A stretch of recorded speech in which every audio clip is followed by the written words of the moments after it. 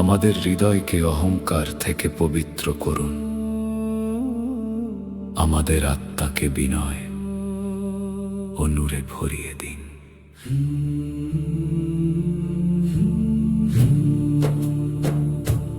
হে হৃদয়, আত্ম অহংকার ত্যাগ করো, বিনয়কেই তোমার সৌন্দর্য বানাও। কারণ অহংকার গড়ে তোলে শীতল উঁচু দেয়াল, যা সত্যকে আড়াল করে খোঁজে থাকা চোখের কাছ থেকে। লা ইলাহা ইল্লাল্লাহ যে নূর আত্মাকে জাগিয়ে তোলে, মুহাম্মাদুর রাসূলুল্লাহ। অসীম আকাশের নিচে আমাদের পথ প্রদর্শক। যে ব্যক্তি তার রবের সামনে নত হয়, সে খুঁজে পায় শান্তি আল্লাহর কালামের মাঝে। কিন্তু যে শুধু নিজের নফসের পূজা করে, সে ঈমানকে দূরে সরিয়ে ফেলে জীবনের পথ থেকে। ক্ষণস্থায়ী প্রশংসায় প্রতারিত হয় না, অথবা দুনিয়ার সেই মুকুটে যা দ্রুত ম্লান হয়ে যায়। কারণ একদিন প্রত্যেক আত্মাকে দাঁড়াতে হবে সমুদ্র ভূমির বিচারকের সামনে। হে হৃদয়, আত্ম অহংকার ত্যাগ করো, বিনয়কেই তোমার সৌন্দর্য বানাও।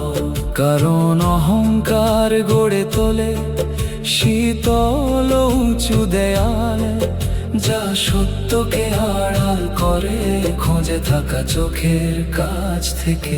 লা ইলাহা ইল্লাল্লাহ যে নূর আত্মাকে জাগিয়ে তোলে, মুহাম্মাদুর রাসূলুল্লাহ।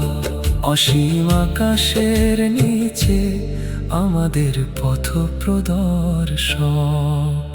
সবচেয়ে পবিত্র হৃদয় তাদেরই যারা সিজদায় নত হয়, যাদের নীরব অশ্রু দোয়া সত্য আন্তরিক, যারা নিজেদের নামের গৌরব খোঁজে না, বরং শুধু আল্লাহর ভালোবাসা ও রহমত চায়। যখন অহংকার ভেঙে যায় আর হৃদয় কোমল হয়, তখন রব তার বান্দার নিকটবর্তী হন এবং ওপর থেকে বর্ষণ করেন অসংখ্য নিয়ামত, রহমত, হিদায়াত, নূর ও ভালোবাসা।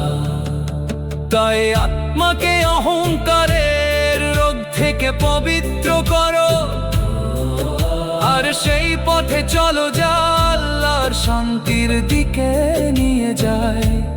কারণ যারা আজ নিজেদের বিনম্র করে, তারা সেই দিনে সম্মানের আসনে উঠবে। প্রতিটি হৃদস্পন্দন নীরবে বলুক, হে রব, অহংকারকে দূরে রাখুন, আর আমাদের আত্মা সদা উজ্জ্বল থাকুক আপনার অসীম রহমতের ছায়া তলে। আত্ম অহংকার ত্যাগ করো, আল্লাহর পথে ফিরে এসে নতুন শুরু করো।